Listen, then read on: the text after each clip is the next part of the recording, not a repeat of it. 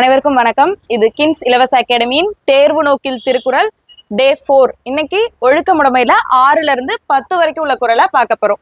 6வது குறள், ஒழுக்கத்தின் ஒல்ஹார் உறவோர் இழுக்கத்தின் ஏதம் படுபா கரிந்து. ஒல்ஹார் அப்படின்னா விலக மாட்டார் அப்படின்னு அர்த்தம். உறவோர் அப்படின்னா மன வலிமையுடையோர் அப்படின்னு அர்த்தம். ஏதம்னா குற்றம். இதுல என்ன சொல்ல வராங்க அப்படின்னா, இழுக்கத்தின் ஏதம், அதாவது ஒழுக்கம் குறையறதுனால வரக்கூடிய குற்றத்தை நன்குணர்ந்த மன வலிமை உடையவங்க யாருமே அந்த ஒழுக்க நெறியிலிருந்து கொஞ்சம் கூட விலக மாட்டாங்க அப்படின்றத சொல்றாங்க.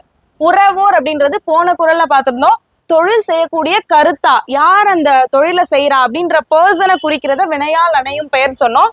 இங்க உறவோர் அப்படின்றது வினையால் அணையும் பெயர்.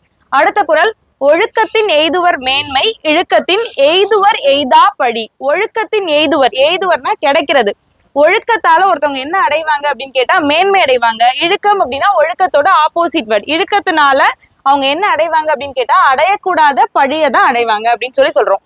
அடுத்த குறள், இதுல எய்தா பழி அப்படின்னா நம்ம பெயரச்சம் படிச்சிருப்போமா, ஏல முடிஞ்சா. எய்தா பழி அப்படின்னா இந்த கடைசியில உள்ள அந்த எச்சம் மட்டும் கெட்டு வர்றதுனால இது ஈறு கெட்ட எதிர்மறை பெயரச்சம். எய்துவர் அப்படின்னா ஆர்லாம் பலர்பால் வினைமுற்று விகுதின்னு படிச்சிருப்போமா. இந்த எய்துவர் அப்படின்றது பலர்பால் வினைமுற்று விகுதி.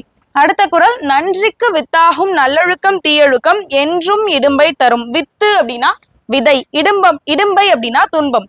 நன்றிக்கு வித்தாகும், நன்றிக்கு வித்தாவது எதுன்னு கேட்டா நல்ல ஒழுக்கம் தான். தீயொழுக்கம் அப்படின்றது எப்பவுமே துன்பத்தை தான் தரும் அப்படின்னு சொல்றாங்க. அடுத்த குறள், ஒழுக்கம் உடையவர் கொல்லாவே தீய வழுக்கியும் வாயார் சொல்லல். ஒழுக்கம் உடையவர் கொல்லாவே அப்படின்னா செய்ய மாட்டாங்கன்னு அர்த்தம். அந்த ஒழுக்கம் உடையவங்க என்ன பண்ண மாட்டாங்க அப்படின்னா அவங்க வாயிலிருந்து தவறி கூட ஒரு தீய சொல்ல மாட்டாங்க அப்படின்னு சொல்றாங்க. சொல்லல் அப்படின்றது நம்ம படிச்சிருப்போம். அல் வந்துச்சுன்னா தொழிற்பெயர். தல், அல், அம், ஐ இது எல்லாமே தொழிற்பெயர்னு படிச்சிருப்போம்.